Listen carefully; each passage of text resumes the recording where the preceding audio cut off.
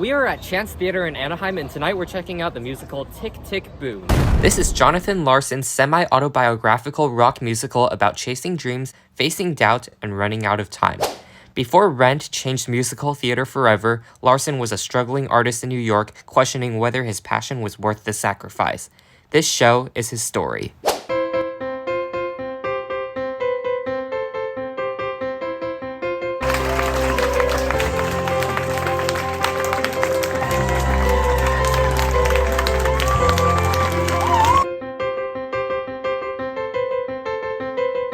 We're here with the director of the musical, and what's your name?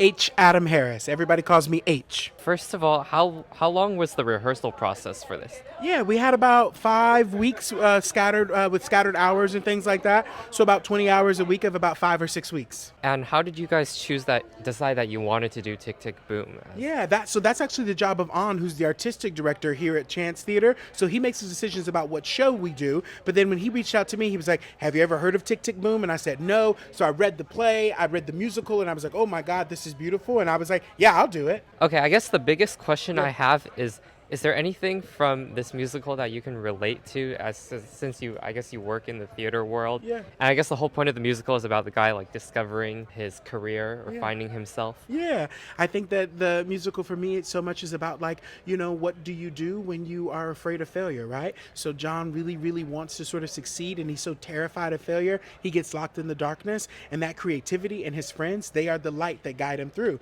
And I think in my life, we all experience that. We all learn what that is, where you feel really, really dark, and you're not sure that you can do great things, right? So you just got to rely on your friends, your family, and trust in yourself. I have a question. Yeah.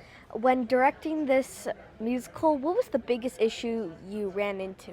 Yeah, when directing this musical, well, it's a big ensemble production with only 3 people, right? So 3 people playing multiple characters, and it all has to happen fast, fast, fast. So for me, that was like the biggest challenge of how do we make sure that the play is flowing, even though there are only 3 people playing 8, 9, 10 characters. Yeah, I found it funny for the girl when she switched from being the lady Caressa to the girlfriend right away. She's like, "Who were you kissing?" You're like, "It was you," right? And that type of thing, that's a fun theatrical trick that the audience gets to be in on, so they get excited.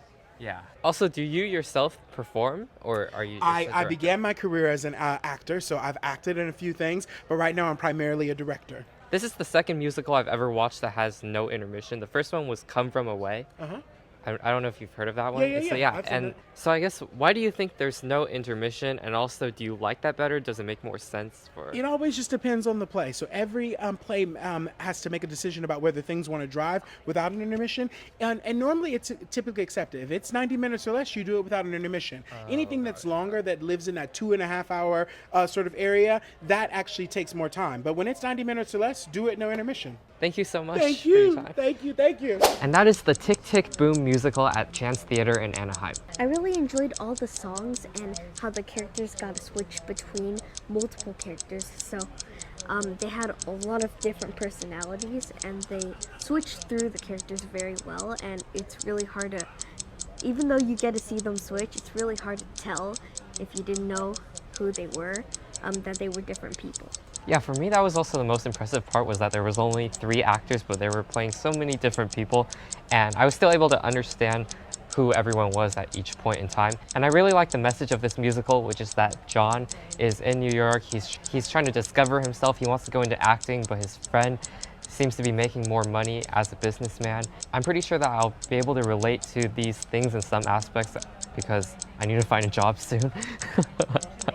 And I also like the theme about love that they added into it. I really like some of the sound effects too. They kept using the metaphor of Newark Airport, which I thought was funny. And then I was sitting kind of in a place where I could glance over and see the guy on the soundboard. So it's kind of cool because sometimes when I was watching the musical, I would turn around and see, when it was going tick, tick, boom, the sound waves would go up and down, like tick, tick, boom. So I feel like I got sort of a behind-the-scenes look of it as well while I was watching. Make sure to catch this show from now until February 23rd. See you in the next video. Bye!